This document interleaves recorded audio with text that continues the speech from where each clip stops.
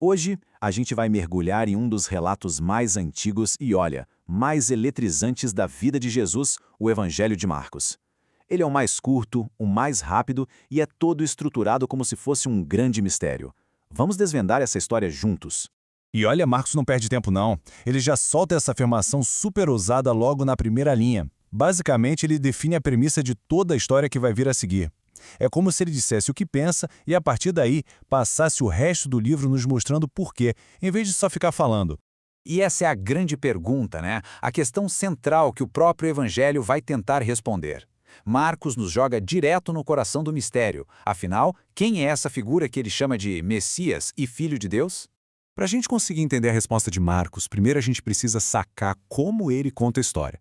Ele não escreveu uma simples biografia, sabe? Ele criou uma narrativa com um estilo todo próprio e um ritmo, nossa, alucinante. Pensa só, Marcos foi muito provavelmente o primeiro evangelho a ser escrito. E diz a tradição que ele juntou os relatos de quem viu tudo acontecer, o apóstolo Pedro. Isso explica por que a narrativa é tão direta, cheia de ação. A história se desenrola como se fosse uma peça de teatro mesmo, dividida em 3 atos, cada um com um foco bem claro.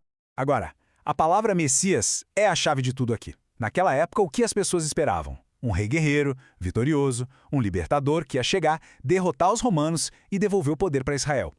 Essa expectativa popular é fundamental para a gente entender todo o drama que está por vir. E aí a história começa para valer. Jesus surge lá na Galileia, anunciando que o reino de Deus chegou. E ele já começa a fazer coisas incríveis, curar pessoas, expulsar espíritos malignos e até perdoar pecados. Coisas que, na cabeça do povo, só Deus tinha o poder de fazer. Claro que todo mundo fica de queixo caído se perguntando, mas quem é esse cara? E isso nos leva direto para o primeiro grande quebra-cabeça na história de Marcos. Mesmo com todo esse poder sendo demonstrado, Jesus insiste uma vez atrás da outra para que as pessoas mantenham a identidade dele e os milagres em segredo. Esse padrão se repete várias e várias vezes. Jesus faz algo absolutamente incrível e a instrução que vem logo depois é silêncio total. Essa sequência deixa todo mundo confuso. Afinal, por que alguém guardaria em segredo uma notícia tão boa assim? Essa ordem deixava todo mundo de cabelo em pé, inclusive os próprios discípulos.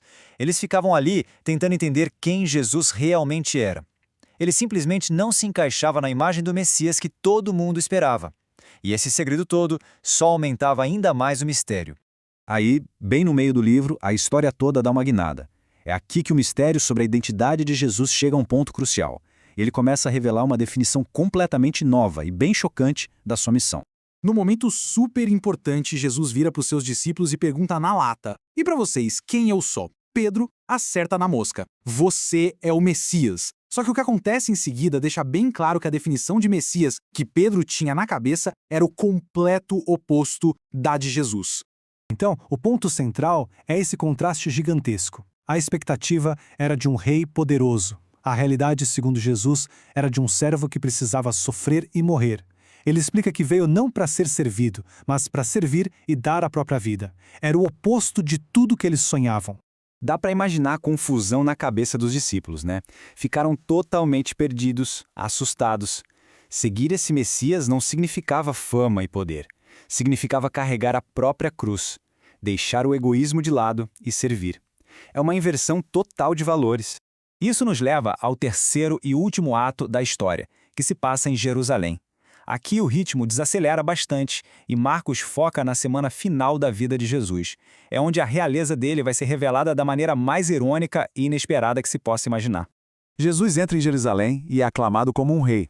Ele entra no templo, expulsa os vendedores, afirmando sua autoridade. Mas em vez de uma coroação de verdade, o que acontece? Ele é preso, julgado e, por ironia, vestido como um rei, só para ser alvo de zombaria antes de ser executado. A cena da crucificação é pesada, sombria, cheia de paradoxos. Em vez de uma voz divina vindo do céu, como no começo da história, o que a gente ouve é o grito de Jesus antes de morrer. A escuridão toma conta de tudo. Parece que é o fim, que tudo deu errado. E é exatamente aqui que a gente entende o ponto principal de Marcos. No momento de maior fraqueza e humilhação de Jesus, um soldado romano, um inimigo, é a primeira pessoa em toda a história a finalmente entender e declarar a verdadeira identidade dele. A grande revelação acontece na cruz. Agora a gente chega na característica talvez mais genial e com certeza mais incomum do Evangelho de Marcos, o final original dele, que é super abrupto. A história é a seguinte: duas seguidoras de Jesus vão até o túmulo e o encontram vazio. Um anjo aparece com a notícia mais incrível de todas. Jesus ressuscitou e dá uma ordem. Vão e contem para os discípulos. Mas o que elas fazem? Elas saem correndo apavoradas e não contam para ninguém. Fim da história. É isso.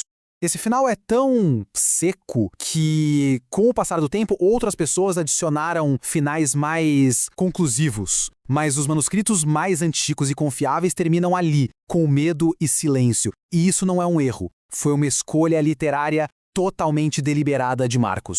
Ao terminar a história desse jeito, sem uma conclusão clara, Marcos meio que nos coloca na mesma posição das mulheres e dos discípulos. A gente se depara com a mesma afirmação chocante, até escandalosa, de um Messias que foi crucificado e ressuscitou. E assim, a história termina com uma pergunta no ar. Diante dessa notícia tão estranha e que muda tudo, qual é a reação? É fugir com medo, como os personagens da história fizeram, ou é reconhecer esse rei crucificado e sair por aí compartilhando as boas novas? Marcos não dá a resposta. Ele deixa essa decisão para cada um que ouve a sua história.